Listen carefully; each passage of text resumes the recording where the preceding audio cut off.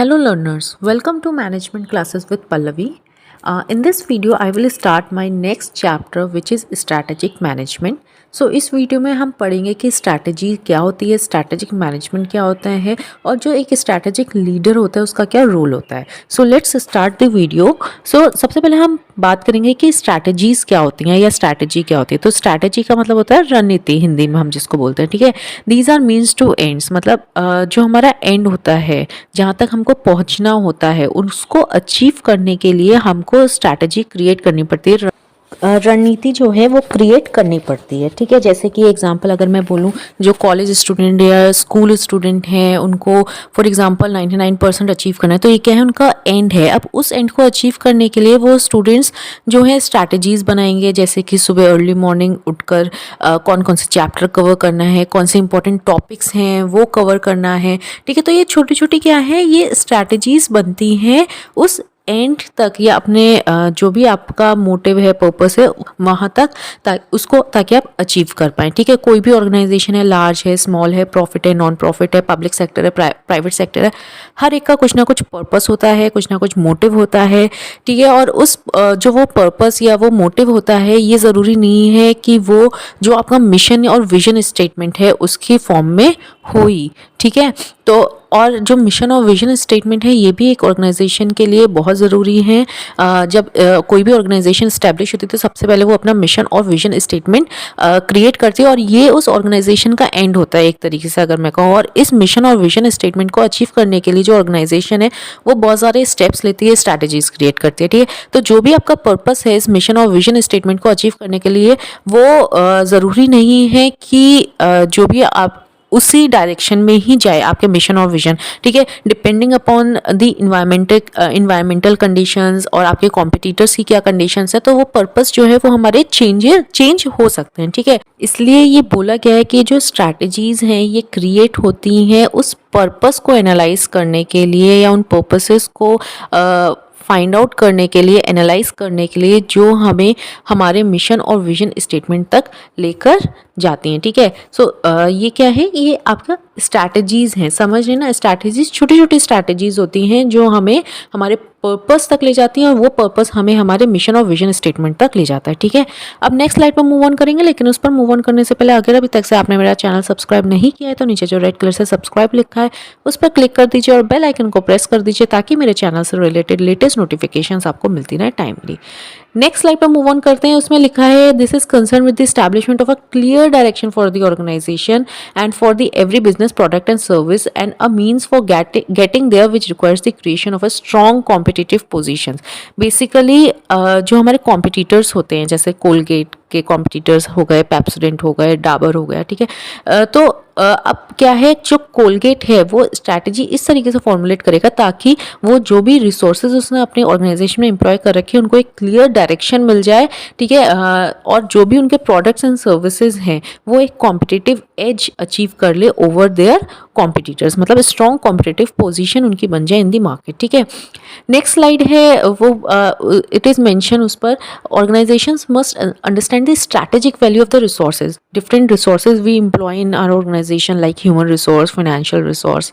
ठीक है, और आपके टेक्निकल रिसोर्सेज हो गए. तो ये एक क्या है, टाइप्स ऑफ रिसोर्सेज हैं जो हम एक ऑर्गेनाइजेशन में एम्प्लॉय करते हैं, यूज़ करते हैं. तो जो ऑर्गेनाइजेशन है उनको उनकी स्ट्रैटेजिक वैल्यू पता होनी चाहिए, उनको ये पता होना चाहिए कि किस तरीके से उससे काम निकालें ताकि हम इफ़ेक्टिवली, एफिशिएंटली प्रोडक्टिविटी हम अचीव कर लें. ठीक है, एफिशिएंसी एंड इफेक्टिवनेस अचीव कर लें, प्रोडक्टिविटी अचीव कर लें, क्वालिटी अचीव कर लें और आउटस्टैंडिंग परफॉर्मेंस दें ओवर आवर कॉम्पिटिटर्स. ठीक है, और अपने जो भी कस्टमर्स और बाकी के स्टेक होल्डर्स, शेयर होल्डर्स हैं उनको हम हैप्पी रख सकें. ठीक है, नेक्स्ट स्लाइड जो है इसमें आपके 5 व्यूज़ ऑफ स्ट्रैटेजी मेंशन. ये जो 5 जो व्यूज़ हैं स्ट्रैटेजी के, ये स्टार्ट होते हैं फ्रॉम पर्सपेक्टिव और vision, plan, tactic, position and pattern. ठीक है, इस साइकिल में ये मूव ऑन होते हैं. तो जो आपके फर्स्ट 3 स्टेजेस हैं, विजन, प्लान एंड टेक्टिक, ठीक है। तो ये तीनों एक थिंकिंग स्टेज है, ठीक है। अब विजन में क्या है, हर ऑर्गेनाइजेशन का मैंने आपको बताया था जब भी वो स्टैब्लिश होती है सबसे पहले वो अपना विजन स्टेटमेंट मेंशन करती है। तो जो आपका विजन स्टेटमेंट है, ठीक है, जो आप विजन क्रिएट करोगे वो आप स्ट्रैटेजिकली थिंक कर कर विजन स्टेटमेंट अपना मेंशन करोगे, ठीक है, ताकि एक क्लियर डायरेक्शन मिल सके टू दी ऑर्गेनाइजेशन, ठीक है। अब उस विजन को अचीव करने के लिए आप प्लान्स क्रिएट करोगे, ठीक है। ये ध्यान रखिएगा विजन में भी क्या है, आपने अभी सिर्फ थिंकिंग करिए कि हाँ जो भी हमने विजन स्टेटमेंट क्रिएट करा है उसको अचीव करने के लिए हम ये डायरेक्शंस अपनी ऑर्गेनाइजेशन को प्रोवाइड करेंगे, ठीक है। तो यहाँ पर क्या है, अभी आपका थिंकिंग प्रोसेस ही चल रहा है विजन क्रिएट करने के बाद। अब आप क्या करेंगे, प्लानिंग करेंगे, स्ट्रैटेजिकली प्लान करेंगे चीज़ों को ताकि आप उस विजन को अचीव कर सकें, ठीक है। उसके बाद आप क्या करेंगे, टेक्टिक्स क्रिएट करेंगे। अब ये जो टेक्टिक्स होती हैं ये इन्वायरमेंट जो है वो आपका डायनामिक है, चेंजेबल है, ठीक है। तो उस पर डिपेंड करता है कि उस समय क्या सिचुएशन है, कैसी कॉम्पिटिटर्स पोजीशन है मार्केट में, क्या आपके राइवल्स कर रहे हैं, तो उस पर जो है आपकी टेक्टिक्स बहुत ज़्यादा डिपेंड करती है। जैसे कि अगर मैं एग्जांपल लेती हूँ, एक फुटबॉल मैच हो रहा है, दो टीम्स हैं। अब उनका विजन यहाँ पर क्या है कि उनको वो जो कप है वो विन करना है, ठीक है। अब आप क्या है, प्लानिंग पहले से करके चलोगे कि हमको जो हमारी अपोजिट टीम है उसको हमें इस तरीके से हराना है, ठीक है।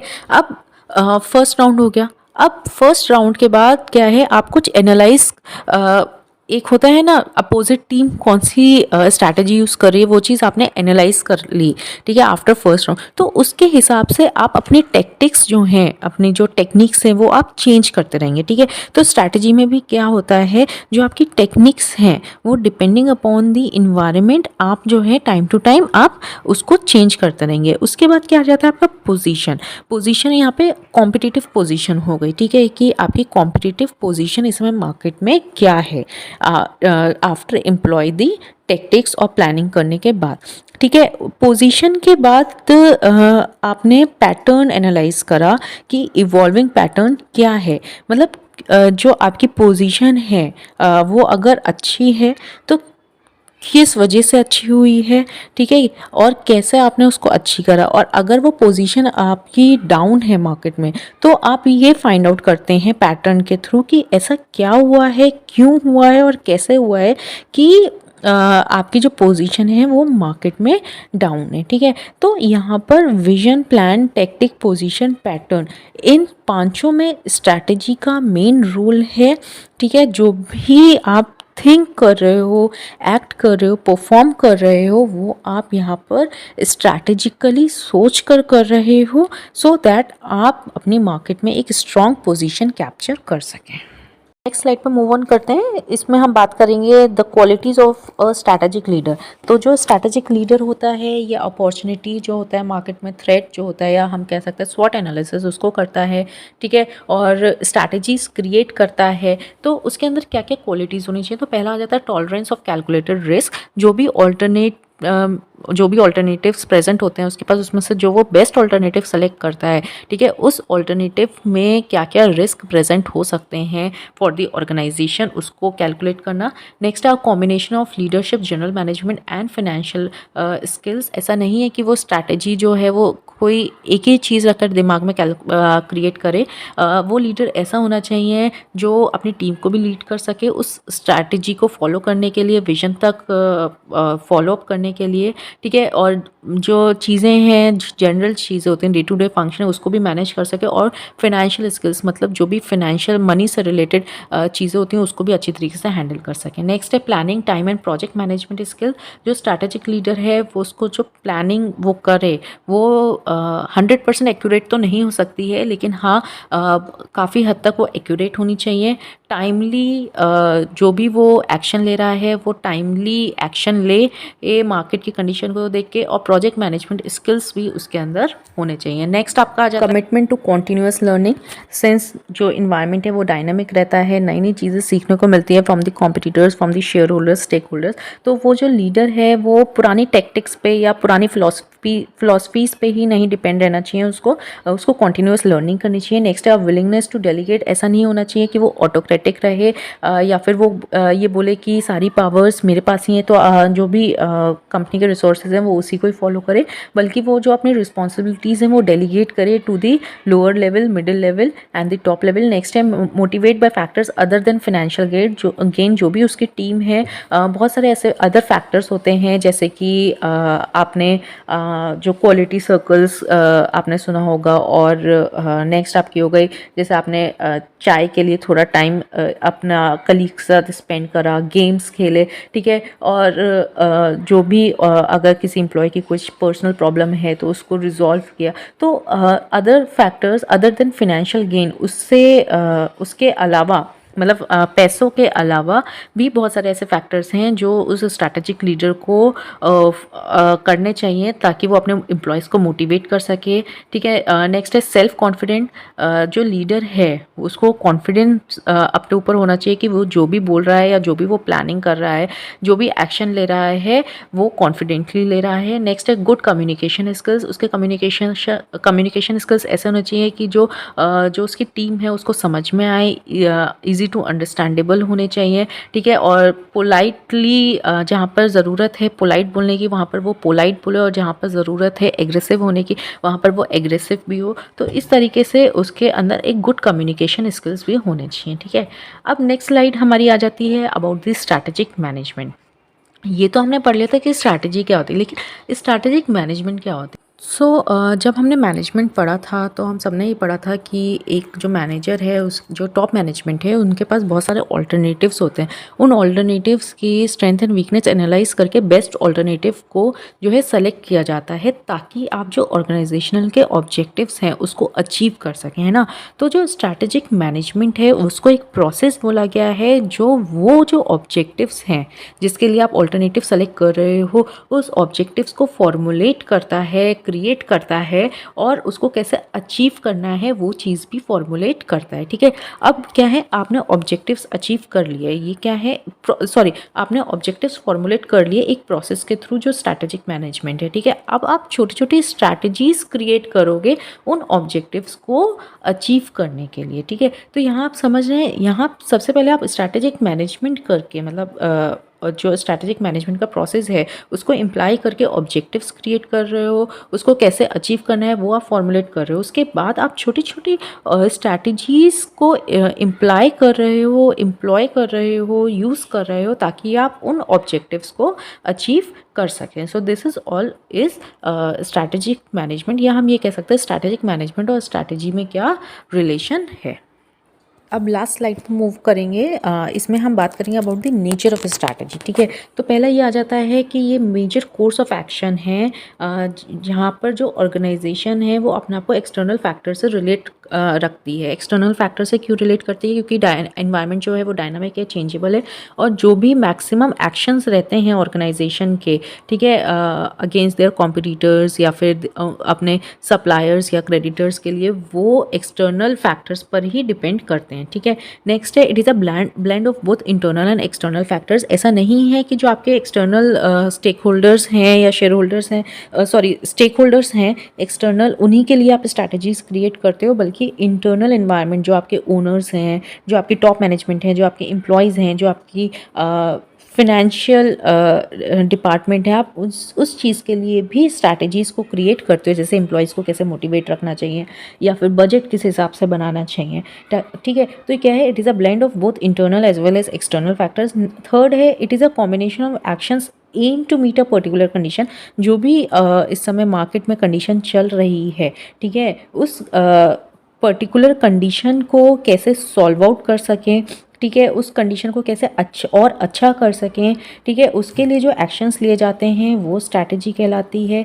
क्या प्रॉब्लम है, उस प्रॉब्लम को कैसे एनालाइज करना है, कैसे उसका सल्यूशन निकालना है, वो स्ट्रैटेजी कहलाती है। और डिज़ायरेबल एंड जो है वहाँ तक कैसे उसको कैसे अचीव करना है वो स्ट्रैटेजी कहलाती है, ठीक है। नेक्स्ट है due to its dependence on environmental variables strategy में इन्वॉल्व अ कॉन्ट्राडिक्टरी एक्शन। अब इन्वायरमेंट जो है बहुत ही फ्रिक्वेंटली चेंज होता है। आज कॉम्पिटिटर ने कोई और पॉलिसी एम्प्लॉय कर दी, कल चेंज कर दी उसने, ठीक है। मार्केट में जो कस्टमर है वो स्विच कर गया आपकी ब्रांड से दूसरी ब्रांड में, ठीक है। तो उसके हिसाब से फटाफट आपको अपनी स्ट्रैटेजीज भी चेंज करनी पड़ती हैं। तो कभी कभी क्या हो जाता है, ये कॉन्ट्राडिक्टरी एक्शन हो जाता है, इसमें कभी कभी इश्यूज़ क्रिएट हो जाते हैं, जो मैनेजर्स हैं उनके बीच में कॉन्फ्लिक्ट्स क्रिएट हो जाते हैं, टॉप मैनेजमेंट मिडिल मैनेजमेंट में कॉन्फ्लिक्ट्स अराइज हो जाते हैं। तो कहीं ना कहीं एक कॉन्ट्राडिक्टरी एक्शन बन जाता है। नेक्स्ट है, ये फ्यूचर ओरिएंटेड है, सबको पता है मिशन और विजन स्टेटमेंट को, ऑब्जेक्टिव्स को अचीव करने के लिए ही छोटी छोटी स्ट्रैटेजीज क्रिएट की जाती हैं। नेक्स्ट है, it provides overall framework for guiding enterprise thinking and action.